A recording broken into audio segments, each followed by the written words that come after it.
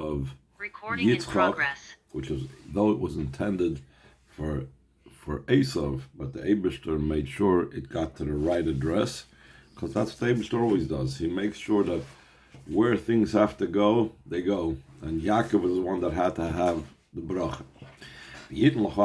By the way, there's some Mugga Maimer. This is from those Maimarim that the Rebbe himself reviewed and reworked and so on. That Hashem should, and Hashem should give to you from the dew of the heavens and the fat of the land. It's known the analysis of this. We know in general all brachas come from the name of Yudke Vovke. The Shem Elekim, the name of Elekim, Umidas Hadin Vatzimtzum, we know it's associated with the attribute of judgment and the attribute of constriction. Bracha is about giving, sharing, extra, and so on. So bracha shinyanim amshacha v'ashpa mishem avaya, and brachas, which their idea is about drawing down from above and flowing from above. These are from the name of Yudke Vovke. For example, where else do we have in the Torah the idea of brachas? We have birchas kohanim, the brachas that the kohanim give. Shebachol agimel psukim, all the 3 psukim that we have over there, the name of Hashem mentioned and giving the brachas, niskar shem avaya. The name Yudke Vovke is used, not the name of Elkim, or not any other name.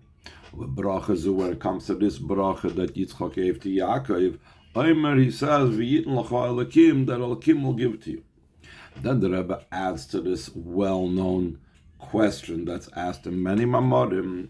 So the Rebbe adds on his own, if we could add to this question, this analysis that by the bracha is mentioned the name Elekim, which seemingly is inappropriate for a bracha, who gam be bracha rishoyna shenizbarach Yitzchak achrim mois Avraham. It's also in the first bracha that Yitzchak received after Avram passed away. The Chsiv Ba, it says, by that bracha that Hashem gave Yitzchak, Vayivarech Elakim et Yitzchak Benoi. Hashem benched Yitzchak his son, and it uses the name Elakim. Now, if we look back, the Bechol HaBrachas, Shebeirech HaKadosh Baruch Hu Avram, all the brachas that Hashem benched Avram, V'gam HaBrachas Shebeirech Yitzchak Shalach, and also the brachas that Hashem benched Yitzchak after that first one that he benched him after Avram passed away, Namar Shem Avai, it says the name Yudke Vovke. And only that single time after Avram passed away, when Hashem benched Yitzchak, it uses the term Malakim. From this it's indicated the bracha the first bracha that Hashem benched Yitzchak. That says over there that Elekim gave the bracha. And the bracha that Yitzchak gave to Yaakov that also says Elekim. Shaychus Elazar has a connection, association with each other, because they share this common thread, that the common denominator, that both of them are unique in all the brachas, that the name Elekim is used, whereas all other brachas, the name Yudke Vavke is used. We could say the point of the explanation this is according to what's explained with the Siddur that has the commentary of Chassidus on it, the section on Tkiyas Shofar,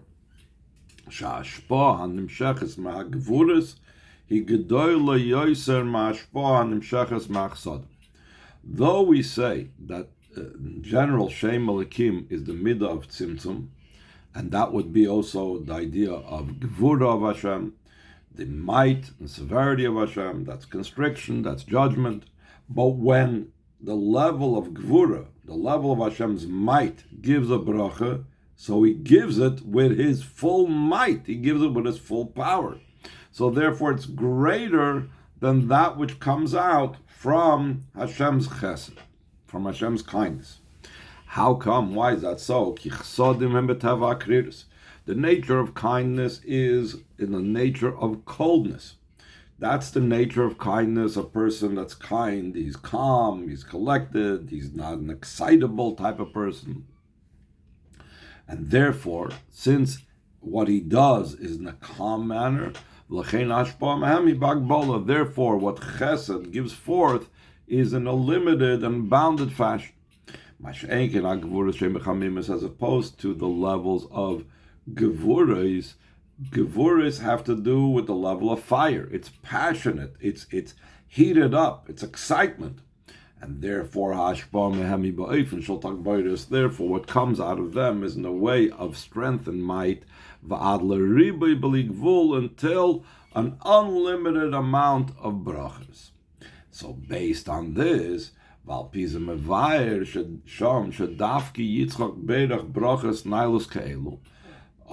Yitzchak gave such unbelievably high brachas, from the dew of heaven, mishmani aretz from the fats of the land, v'goymer.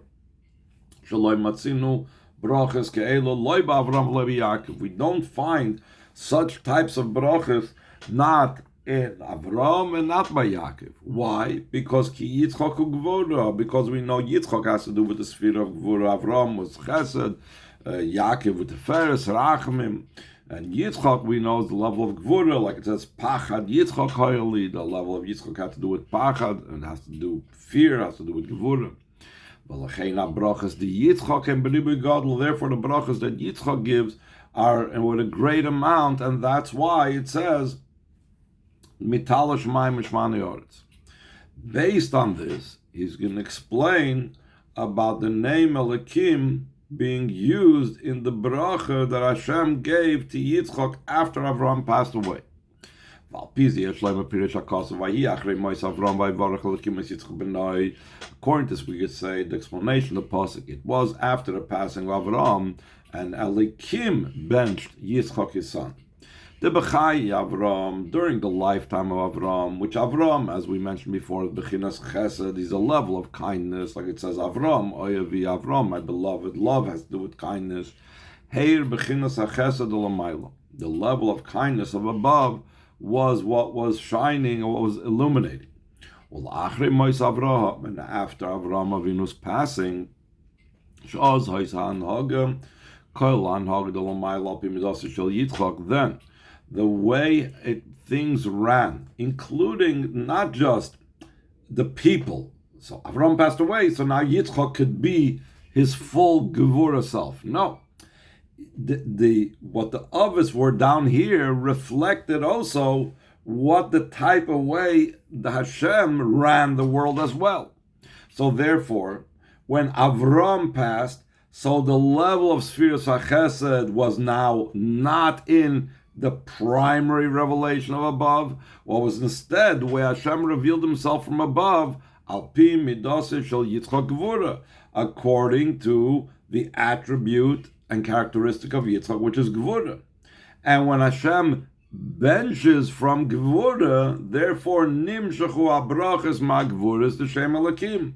So the brachas that Hashem gave came from the levels of Gevura, of might, of the name Elekim. Shem brachas nailos yoiser ma brachas anim shachas machsadim. That these are much higher levels of brachas than the brachas that comes down from the level of chesed. And therefore, based on this idea that once Yitzchak came on the scene, so then there was the levels of gevura being manifested. In other words, bracha with a full force and a full might. And therefore, it's understood about Yitzchak's bracha to Yaakov as well. V'zeu gam she'birchas Yitzchak Yaakov ksiv v'yitan l'cha el ha'alikim, that alikim should and Hashem should give to you she'ashpa tiya beriboy b'tagboides, that the ashpa should be in a big amount and in a very powerful way. Top of page Shin Mem, Ois Gimel. V'hinei habracha sheberich. Oops, I didn't move the page. Sorry about that. V'hinei habracha sheberich Yitzchak v'yitin l'cha Elekim. Hi bracha nailis yoiser me'habracha d'vayvarach Elekim Yitzchak b'nai. Though we just now associated the fact that Elekim was the one that gave Yitzchak the bracha after Avraham Avinu passed away, and Yitzchak gave the bracha with the Shem Elekim to Yaakov, So there's a common thread over here, that is all the more powerful bracha that has to do with Gevura, showing a might and a powerful, infinite, unlimited bracha. Still in all, the bracha of Yitzchak to Yaakov, Yitin L'Chalakim, he bracha nailis yoiser ma bracha d'vayvorach Halakim es Yitzchak b'nai. It's a higher level than what Hashem benched Yitzchak through Shem Halakim. Sharei, how do we know it's higher? Maybe it's the same thing. This is Halakim, this is Halakim. Halakim benched Yitzchak, and Yitzchak invoked the name Halakim to bench Yaakov. So the Rebbe says, Shari HaBrocha Shenizborech Yitzchak Malakim Haisan Nimsheches Labonov Gam Im Loi Haimavorchem. Whatever Yitzchak got a bracha from Hashem would have all automatically become transmitted to his children, even if Yitzchak would not have chosen to give the bracha. And we know this from Rashi. That Rashi says that the brachas automatically are inherited by the children. Rashi al pasuk, like the explanation of Rashi on the pasuk, that Rashi explains why did Hashem bench Yitzchak after Avraham Avinu passed?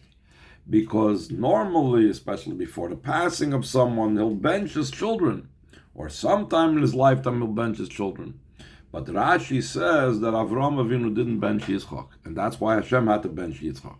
Why didn't Avraham Avinu bench his son Yitzchak? Avram Nisyar Levorachas Yitzchak. Avram was scared to bench Yitzchak. Meshetzafa, because he saw with the Ruach HaKodesh as Esav Yotzeh Menu, that Esav was going to come out of Yitzchak, and therefore he was fearful to impart brachas to Yitzchak that would automatically go over to Esav. So we see this concept that brachas automatically transfer from father to son. Omar. So therefore, Avraham Avinu said, I'm gonna stand back over here. Yavei bala brachas v'yivarcha she'itav beinav. Let the master of the brachas, in other words Hashem, come and bless the ones that's pleasing in his eyes. So after Avraham Avinu passed away, came Hashem and benched Yitzchak. So, but what do we see from this whole Maimer Chazal? The Mezem Muvan, from this understood, Avraham Avinu was scared that automatically the brachas would become transmitted to Esav, without anything, just because he benched Yitzchak. So from this understood, the Kemoy should be Avram Mevorachas Yitzchak, Haisan Imshech Sabracha Gam LaEsav, Gam Im Lo Yoy Mevorchai, that if Avram would have benched Yitzchak, it would automatically have been transmitted, the bracha from Yitzchak to Esav, even if Yitzchak would not have explicitly taken the opportunity to bench Esav. So therefore, the same principle applies when Hashem benched Yitzchak after Avram passed away. So it is concerning the bracha that Alikim benched Yitzchak, the bracha zu nimshacha ma'atzma l'shtei bonav gam la'esav, that this bracha that Hashem benched Yitzchak came down automatically to both of his children, including that would come down to Esav. Therefore, if that's the case, that Vayvarech Elakim es Yitzchak Benoi was automatically going to go over to Yitzchak's children. So when Yitzchak said V'yitan l'cha Elakim, it must be that was something more, because why would he just bench again? So he says, "Va'bracha shebeirach Yitzchak v'yitan l'cha Elakim etal shemayim v'goyim bracha na'as yoser." Therefore, we must say that the bracha that Yitzchak benched Yaakov of V'yitan l'cha Elakim etal shemayim is an even higher bracha. So he was adding and increasing and giving over something more that was not included to prior, that was not included to in the bracha that Hashem gave Yitzchak in the passing of Avraham. And because of that, the Rebbe is going to want to understand, so what's the difference between the two? True, they're both Shem Elokim, both Gevuras, both infinite, full power, but what's the difference? And now, based on the fact that this was something more than what would become transmitted automatically to the children, for this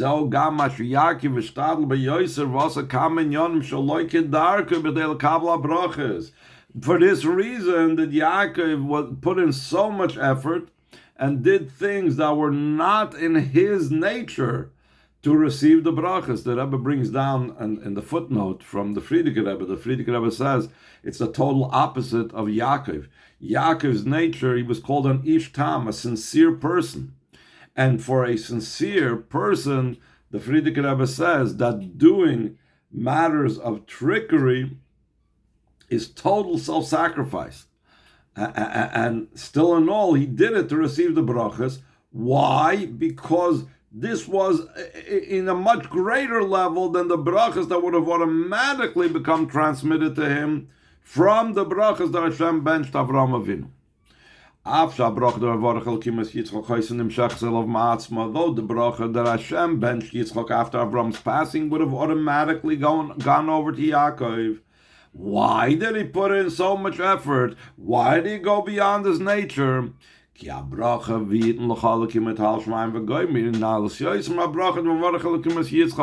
bracha that Alkim should give you from the dew of heavens is a much higher level than the bracha of Alkim benching Yitzchak. So the question is, how? What's the difference between them? So he says, no, he's the Alad. This will be understood by prefacing what's explained in Torah in our parsha. And in many Mamorim, the fact that Yitzchak wanted to bench Esav, he knew that Esav was not the most observant person, to such a degree that he was surprised later on when Yaakov came in the guise of Esav, and he said, Hashem presented me with the food quickly so I should be able to bring it to you. This didn't sound like his son Esav, so he knew what type of person Esav was. Esav wasn't pulling the wool over Yitzchak's eyes, so why do you want to bench him? So Chassidus explains, Ki Yitzchak ra shebe'esav yesh netzoitzis lekdusha gevayim ha'id. He saw that in Esav there is very high sparks of holiness. V'lechein ratza levarcha, he wanted to bench him. What is benching? What does benching do? Benching is about drawing down divine energy.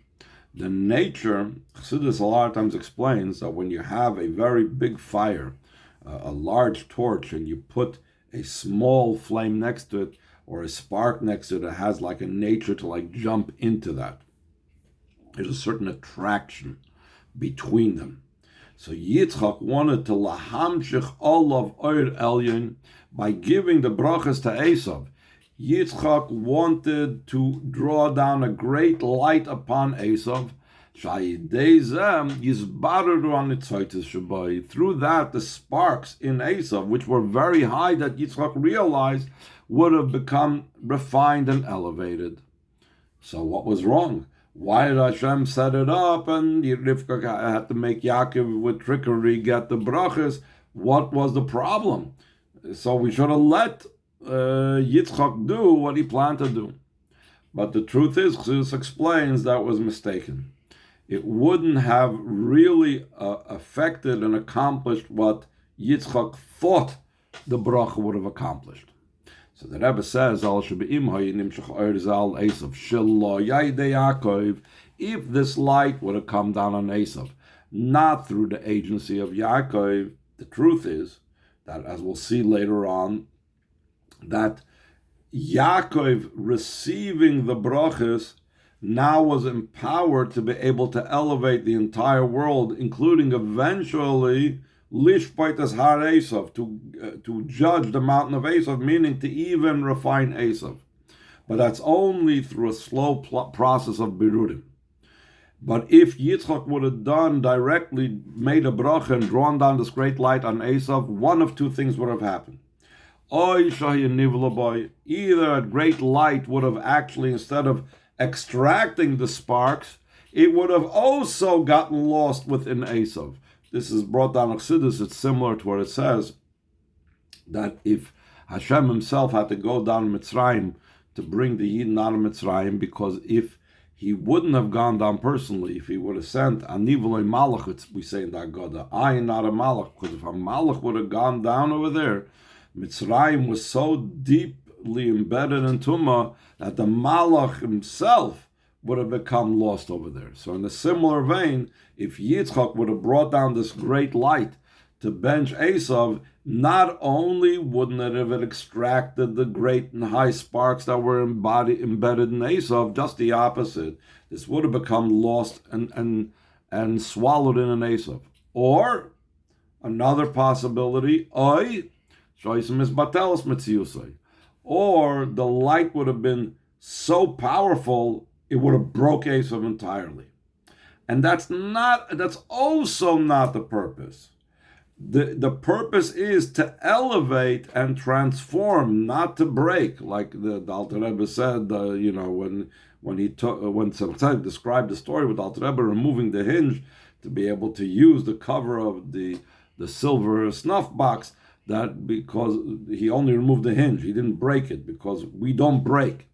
So again, even breaking Esav is not the purpose. The purpose is to elevate and transform. How is Esav going to be Nizbarer? It's only through Yaakov. But Yaakov needs that empowerment of those special brachas. Therefore Hashem ran things around so that Yitzchak should really bench Yaakov instead of Esav. And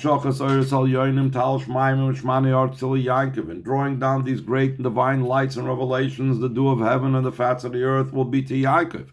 And now he will have the empowerment and the divine energy and capability. Through that, he will refine the sparks of Esav. Last paragraph on the page. He says, now you're going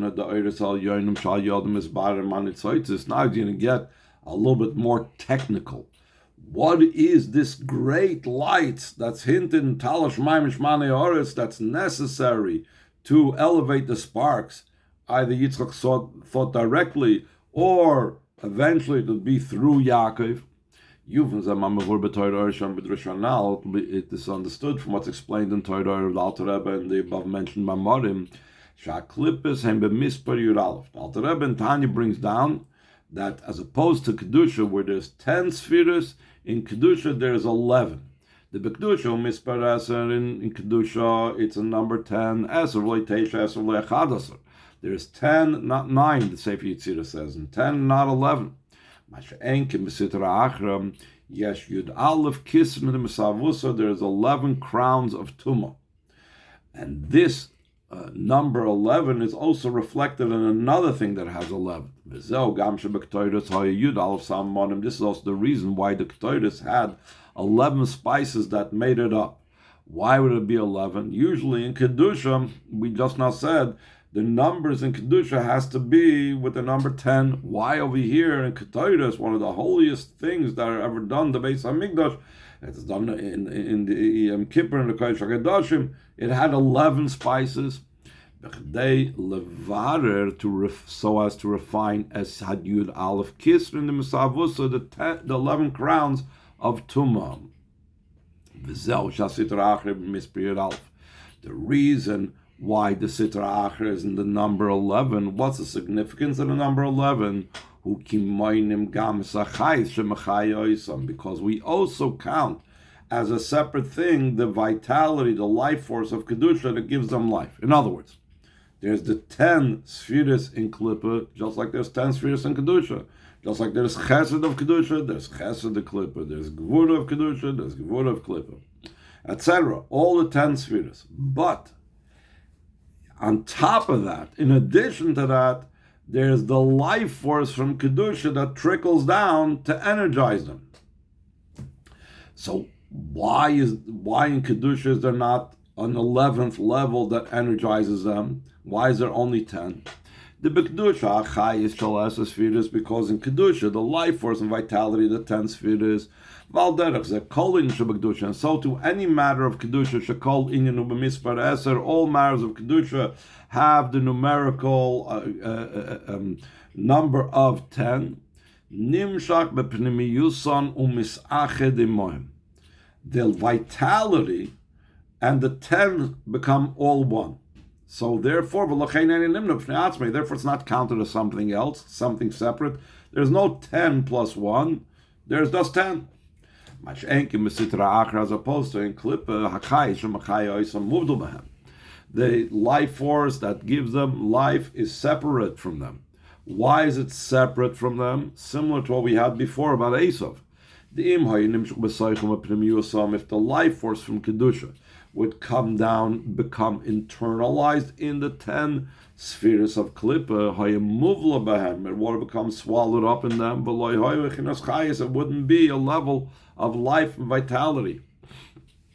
Therefore in Klippa, number 11 is counted on its own. So, does that mean that in Kedusha there's no number 11 whatsoever? There is, but not as a number 11. Let's see it inside, second paragraph on the page. The Sitra Achra is the opposite and the other side of Kedusha. Well, it's like, I don't know how many of you remember, we used to have negatives of the pictures. So the clip is the negative of the picture in Kedusha, that's the positive. Moving for this understood, the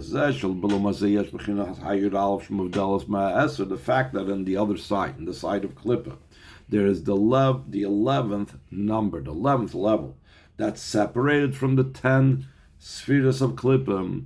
Yesh gam bekedusha la'umaza. There's also in Kedusha corresponding and opposite to that. Sheyeshna madrege shalamayla masa spheres umuvdalas mahem. There's a level that's higher than the 10 spheres and separate from them. Al shebekedusha b'chinazu eina hachai shalasar spheres. The hachai shalasar spheres mislavish b'soichum misachdimoi. In Kedusha, this 11th level is way beyond the 10 spheres, because that which actually enlivens and gives energy to the 10 spheres is, like we said, it becomes enclosed and becomes united and joined with the 10 spheres. And the makif, the transcendent level of the spheres, is something that's a level that's independent and by itself. Therefore, eina nimnes imohim. As opposed to Klippa, it's number 11 because it's part of one set. So therefore, the number 11 applies. But in Kedusha, there's 10, and then there's something separate. In Kabbalah language, it's called Antu Chad V'Loi B'Chushban. You are the one, and you're not in the count. You're not calculated and counted in with the other 10 spheres. As opposed to Sitra Achra, that the transcendent level, the level that doesn't become united with them, is their life force and vitality. You need to include the makif, the transcendent level, also in the count of the spheres, because without that transcendent level, they have no vitality. Therefore, they're in the number 11.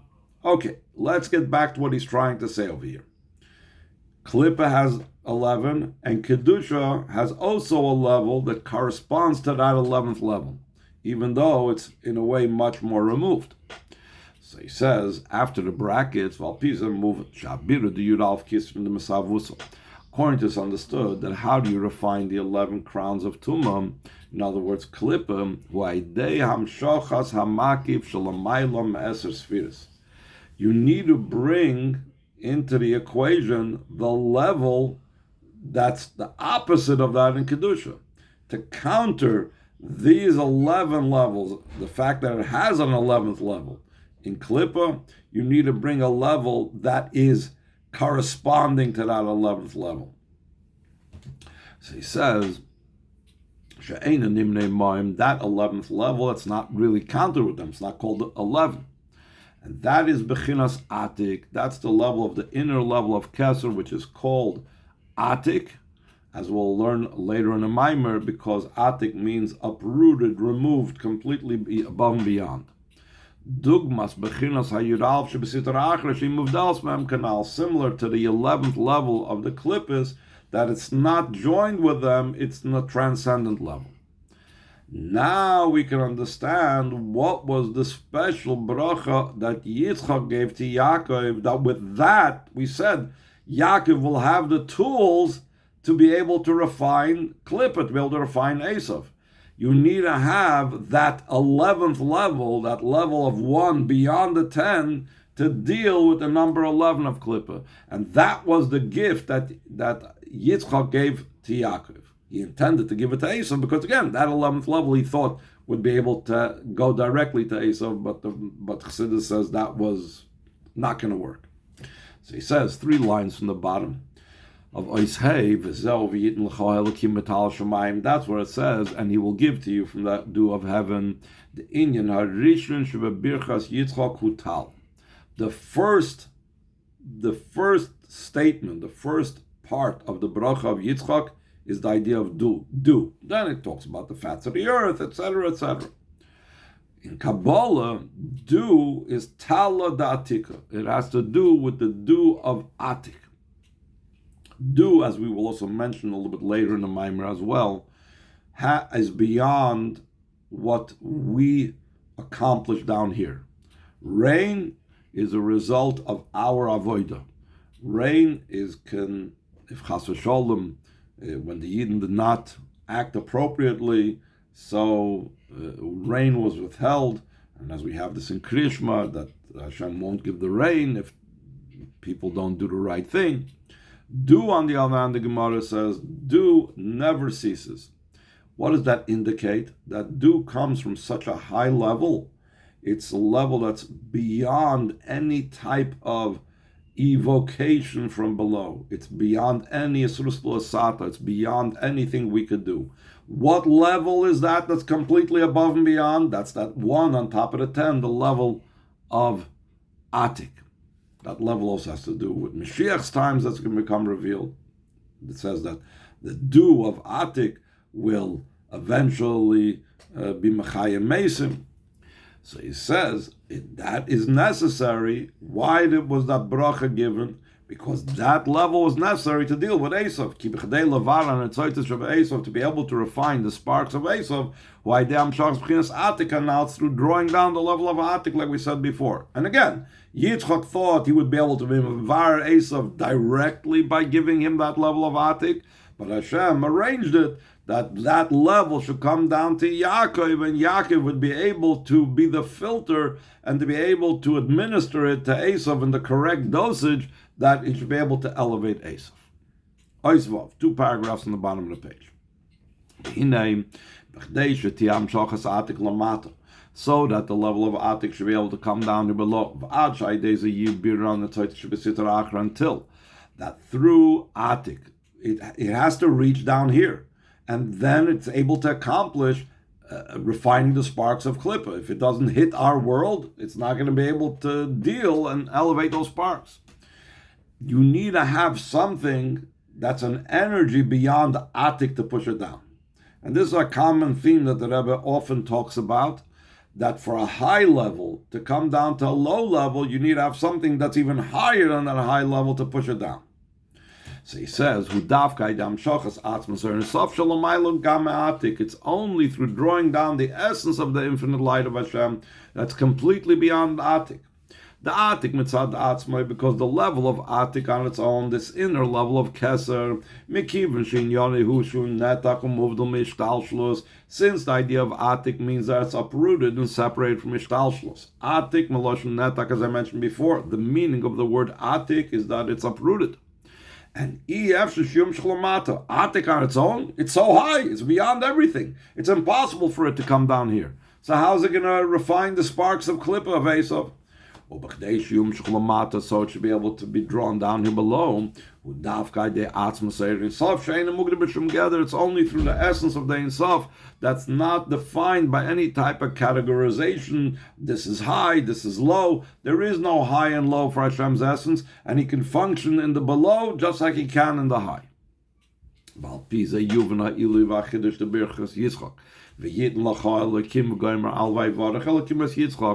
it's understood the great advantage and the novelty of the bracha of Yitzchak, that Yitzchak said, and Hashem will give you, over what the level of Elekim bench Yitzchak. Ki bracha v'yitin l'cha Elekim ishetia amshacha l'mata l'varas ha'tzoytis shebe'esav, because this bracha that Elekim will give to you is that it should draw down here below to refine the sparks of Esav. And this drawing down comes from Hashem's very essence. Says the Rebbe,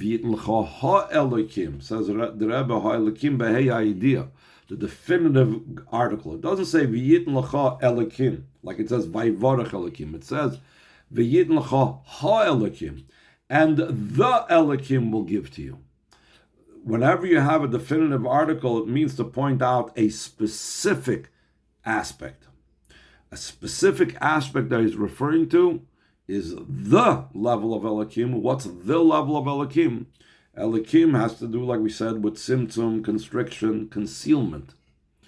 It's referring to Hashem's essential concealment. Bechinas helam ha'atzmi the Ein Sof. It's referring to the essential concealment of the Ein Sof. From there, it's the energies and the powers for refinement and elevating the sparks. Okay, we're easing now out of the intense Kabbalah. We're going a little bit more down to earth. He says, the last two lines on the page, this is what it's also brought down in Medrash. An interesting thing, that when Yitzchak benched Yaakov, that Hashem should give you Metal Shamayim, the dew of heaven, Zum Mikra. That's talking about Mishnayos. It's talking about Chumash, Tanakh, because that's all Hashem's talking. So it's coming from the heaven. Mishmane Haaretz is from the fats of the land. Zum Mishnah has to do with Mishnayos, because Mishnayos is coming from the Chachamim. So that's the earth. That's down here. That's our world. Torah loy b'shamayim, the ruling of Torah Sheba'al Peh. Dagons, the Talmud, the grain that the Yaakov Avinu was blessed with, that's going on Gemara v'cholu. So the Rebbe asked a very basic question. Yitzchak had to bench Yaakov that he should have Torah. The L'churei movement seemingly it's not understood. Harigamdu lebirchas Yitzchak hoisa Torah nitenes liYisrael, even without the bracha that Yitzchak gave. The Torah would have anyway been given to the Jewish people, because you couldn't have had a world exist without Torah. The whole entire intention of the creation was that the Yidden should receive and accept the Torah. And not only that, Hashem made a condition with the creation. Only if the Jews will accept the Torah will the world keep on existing. So therefore, since the Yidden, by their very existence and the world's very existence, the Yidden had to have Torah. What does it mean that he benched him? Which a bracha means something additional, something he wouldn't have ordinarily. He benched him, should have Tanakh, he should have Mishnah, he should have Gemara. What does that mean? So the Rebbe says the third line from the top, the explanation is the Birchas Yitzchak Hoysal Inyanai Giyah B'Torah. The bracha of Yitzchak was concerning putting in effort in Torah. Through effort in learning,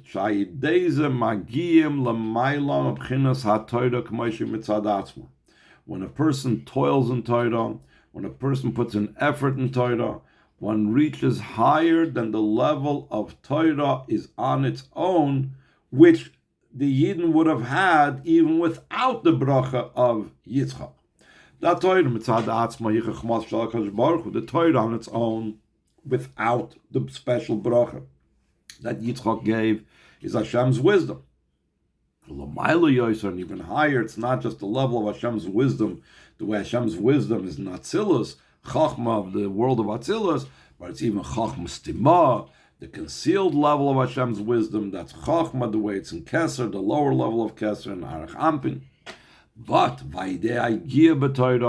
but through toiling in Torah, effort in Torah, which was the special gift that Yitzchak gave Yaakov, Yegia b'derech Chayzer, effort and toil is in a way of a rebounding light, because toil and effort comes when you have difficulty understanding something. And we know that when one comes to difficulty, that concealment creates by a person to reach in deeper. That's one of the reasons why it says that the greatest learning I received was from my students. So the Rashi, I think, in the Gemara explains, because they ask questions, and because they ask questions, I need to dig deeper within myself. That's the toil of Torah. It's called Or Chayzer. It's like water that flows in a much more powerful way. If it's like dammed up and it breaks through the dam, it goes much more powerfully. The same thing, the toil in Torah brings out a greater and higher light in Torah, higher than Chachma Vatzilus, higher than Chachma in Keser. Magiyim lahela ma'atzmi the Torah, we reach the essential concealment of Torah, which has to do with the essential concealment that we said before, has to do with Hashem's very essence, which is ayin le'ras alakim zolosecha, an eye that no one Elikim has seen it except for you. Only the level of Elikim is able to tap into that. Oy Zayin, second paragraph on the page. Yes, Lois, we could add the Mekim Shabasitra Achru Mispr Yudal. Since in the other side in Klippa, it's the number 11, like we mentioned earlier in the Maimer. Hainu, this means Shagama Makif Nichol Mispar. That also the transcendent level is also included in the count. Why is it also included in the count? Though in Kedusha it's only 10. Because the energy, that life force, that vitality gives them life, so therefore it is counted with them, and there's a number 11. Therefore, through refining the 11 crowns of Tumah. Kedusha also gets that. Shagam bechinas atik, even the level of atik that we said is netak v'nivdal, removed, uprooted, has nothing to do with the spheres, and that's why we don't call it 11. Shaloi b'chujman spheres, it's not in the number of the spheres. Still in all, because we are refining the klippus that number 11 is part of the spheres, so nimsheches b'es b'pnimiyusam.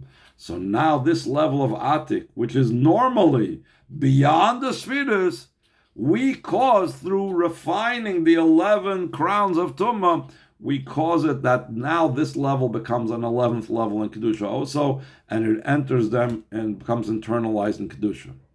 The inyan zeu chidush godly yoiser mamshocha the atik levar birudim. This thing is even a greater novelty than drawing down atik to refine sparks. Because the fact that atik comes down here to refine the sparks, that's only an empowerment for the person to do so. But to take something that's completely transcendent and join it with a level that's permeating the Esespheres, that is going totally beyond the nature of atik. That is a much more powerful thing that we're accomplishing. Moving from this is understood, the drawing down of atik in the 10 spheres internalized. That's accomplished through the avodah of refining the sparks. Is revealed also Hashem's very essence that is not defined and not categorized by any sort of categorization, even more so. We said before that for atik to come down here to help in the refining of the sparks, it can only be from Hashem's essence that is not defined in any type of way. In a similar vein, and even more so, to be able to have atik which transcends the spheres, join and permeate the spheres in an internalized fashion, you also, and even more so, have a revelation of Hashem's very essence that has no definition and no box that it can be put into. So v'yitin lecha yitin v'yachzer v'yitin. That's what it says. The Chazal explained. Rashi brings it down. Why does it say when Yitzchak began his bracha to Yaakov, it says, "And he shall give to you." All the Mefarshim are troubled by this. What do you mean, "And he shall give to you"? And is when you're connecting it with something that went on earlier. He just now started giving Yaakov the bracha. Why does he say, "And he shall give it to you"? So Rashi explains the "and," wherever you have the letter Vav, that means to add to before. But over here it means to add in a way of increasing the bracha. Yitain v'yachzer v'yitain. That Hashem should give and give you again, give you more. How does that fit in what we're talking about now? So he says, the Nesina Rishoina, the first giving, we're saying giving and giving again. It's the drawing down of the essential concealment that we said before that the Elekim will give you for refining the sparks. We said that Hashem's essence has to come down to make Atik come into our world to refine the sparks of Esav. Then there's a further giving, that he will again give, that is the drawing down and the revelation of the essence, meaning the Atik coming down into the 10 spheres that's accomplished as a result of our refining the sparks. So one is the power to refine the sparks, and the other one is the revelation of Hashem's essence that's a result of our refining the sparks. Final paragraph. Through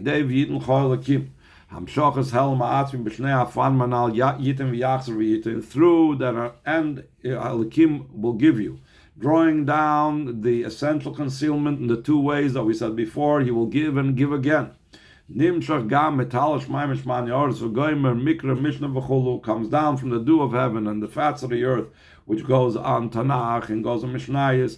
It also comes down from the dew of heaven in its literal sense. The Taloi Metzer, like I mentioned before, that dew was never withheld from the world. Only rain was withheld when Yidden did not behave appropriately. Especially, it's not just it didn't. There's no even havamina, there's no even consideration. Hashem doesn't even think about doing so. And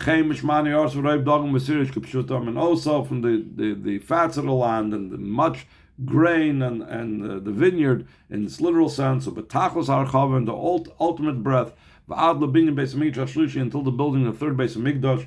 Yaakov it corresponds to the third base of Mikdash. Shakare Bayis, he called it a home. It says Avram Avinu called the place of the base of Mikdash Har Meriah, mountain. Yitzchak went out into the field. He called it the level of field. Yaakov called it a home. Zeh Beis Elekim. From there, from the base of Mikdash, light goes out to the entire world. We transform, we make the entire world a home for the Eibishter.